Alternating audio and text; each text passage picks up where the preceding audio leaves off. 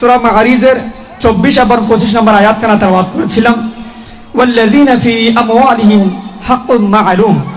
আমাদের যারা ধনাঢ্য ব্যক্তিরা আছেন, শিল্পপতি, দানবীর, সমাজসেবক যারা আছেন, যাদেরকে আল্লাহ রাব্বুল আলামিন ইহসান করে, দয়া করে এত ধন সম্পদের মালিক বানিয়ে দিয়েছেন, তাদের যে সম্পদের উপর হক রয়েছে, হাক্কুন মা'লুম, নির্দিষ্ট কতগুলো ব্যক্তির জন্য হক রয়েছে। পবিত্র কোরআনের আলোকে 8টি খাতের উপর হকটা সেটা রয়েছে।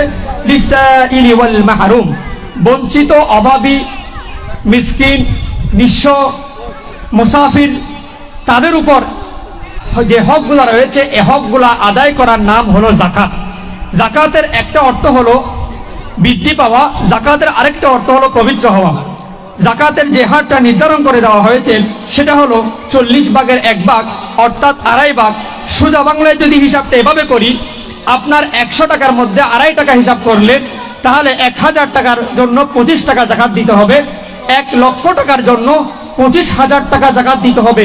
যদি আপনার আবার নিত্য প্রয়োজনীয় যে ব্যবহার্য জিনিসগুলো আছে সেগুলার বাইরে যদি 1 বছর যদি আপনার অতিরিক্ত 1 লক্ষ টাকা জমা থাকে, সেক্ষেত্রে আপনাকে আমাকে 25,000 টাকা যাকাত দিতে হবে। যদি 1 কোটি টাকা জমা থাকে, সেক্ষেত্রে 25 লক্ষ টাকা, অর্থাৎ আমাদের এই যাকাতটা দিতে হবে। কারণটা কি? এই যাকাতের দ্বারা আমাদের পবিত্র হবে আমাদের সম্পদ। এই যে এক বর্তমান সময়ে দেখা যায় অনেক ঘর বাড়ি পুড়ে যাচ্ছে, অনেক দোকানপাট পুড়ে যাচ্ছে। কারণটা কি? হয়তো দেখবেন খোঁজ নিয়ে তার যাকাতের মধ্যে গন্ডগোল আছে। যে সম্পত্তিগুলো আছে, তার যে 7.5 তোলা স্বর্ণ, 52 তোলা যে রূপর হিসাব পরিমাণ স্বর্ণ মজুদ করে রেখেছে, সেটার সঠিক পরিমাণ যাকাত না দেওয়ার কারণে আজকে তার উপর এই গজবটা নাযিল হয়েছে। আল্লাহ রাসূল সাল্লাল্লাহু আলাইহি ওয়াসাল্লাম শুআবুল ঈমান, ইমাম বাইহাকী রাহমাতুল্লাহি আলাইহি 3557 নম্বর হাদিসের মধ্যে, আবু দাউদ শরীফের উনি মানাহিল কিতাবের মধ্যে, ইমাম তাবরানী মাওজামুল আওসাত কিতাবের মধ্যে এনেছেন একটা হাদিস খানা। সেখানে 3টা মেসেজ আমাদের জন্য দিয়েছেন। যারা সঠিক পরিমাণ যাকাত দেয় তাদের তো লাভবান আছে, আর যারা দেয় না তাদের জন্য কি ক্ষতি, সেটা। আলসিনু আমওয়ালাকুম বিযাকাত, তোমরা যদি তোমাদের ধন সম্পদকে পবিত্র করতে যাও তাহলে তোমরা সঠিক পরিমাণে যাকাত আদায় করবে। সুবহানাল্লাহ। 2 নম্বর মেসেজ দিয়েছেন, ওয়াদাউ মারদাকুম বিসসাদাকা, তোমরা যদি তোমাদের অসুস্থতা হওয়ার আগে সুস্থতার নিয়ামত পেতে চাও বা সুস্থ থাকতে চাও সব সময়, তাহলে বেশি বেশি দান সদকা করো। বলুন সুবহানাল্লাহ। 3 নম্বর মেসেজ দিয়েছেন, ওয়াইদু লিল বালা'i দুআ, তোমরা যদি তোমাদের ক্ষণে ক্ষণে প্রতিক্ষণে যে বালা মুসিবত আসে, সেই মুসিবত থেকে যদি তোমরা বাঁচতে চাও তাহলে তোমরা বেশি বেশি দোয়া নাও, দোয়া করো। আল্লাহ রাব্বুল আলামিন এই মেসেজগুলো আমাদেরকে দিয়েছেন, যার ফলে আজকে আমরা দেখতে পাচ্ছি ক্ষণিকের মধ্যে গতকালকেও 12 জন নিমিষের মধ্যে একই পরিবারের 12 জন অ্যাক্সিডেন্টে মারা গিয়েছে। একটা সেকেন্ডের কত গুরুত্ব সেটা আমরা দাম দিই না। আপনি দেখেন একটা অ্যাক্সিডেন্ট হতে 1 সেকেন্ডও লাগে না। প্যারা হাজিরিন, সময়ের অনেক গুরুত্ব আছে। এই সময়টাকে গুরুত্ব দিয়ে অবশ্যই আমাদেরকে পবিত্র কোরআনের প্রায় 32টা জায়গার মধ্যে যাকাতের কথা বলা হলেও আকিমুস সালাতা ওয়া আতুজ যাকাত, নামাজ প্লাস যাকাতের কথা বলা হয়েছে 28টা জায়গার মধ্যে।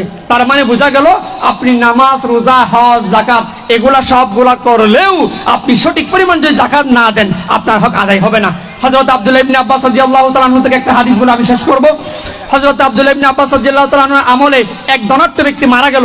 মারা যাওয়ার পরে সকলে আসলো যে আব্দুল্লাহ ইবনে আব্বাস রাদিয়াল্লাহু তাআলা আনহু, আমরা আসলাম যে এই ব্যক্তি মারা যাওয়ার পরে আমরা যখন খবর খনন করতে গেলাম, যে খবরই করি না কেন সেখানে সাপ বের হয়, কারণটা কি? তখন আব্দুল্লাহ ইবনে আব্বাস রাদিয়াল্লাহু তাআলা আনহু বললেন, যাও অন্য জায়গায় খবর খনন করো।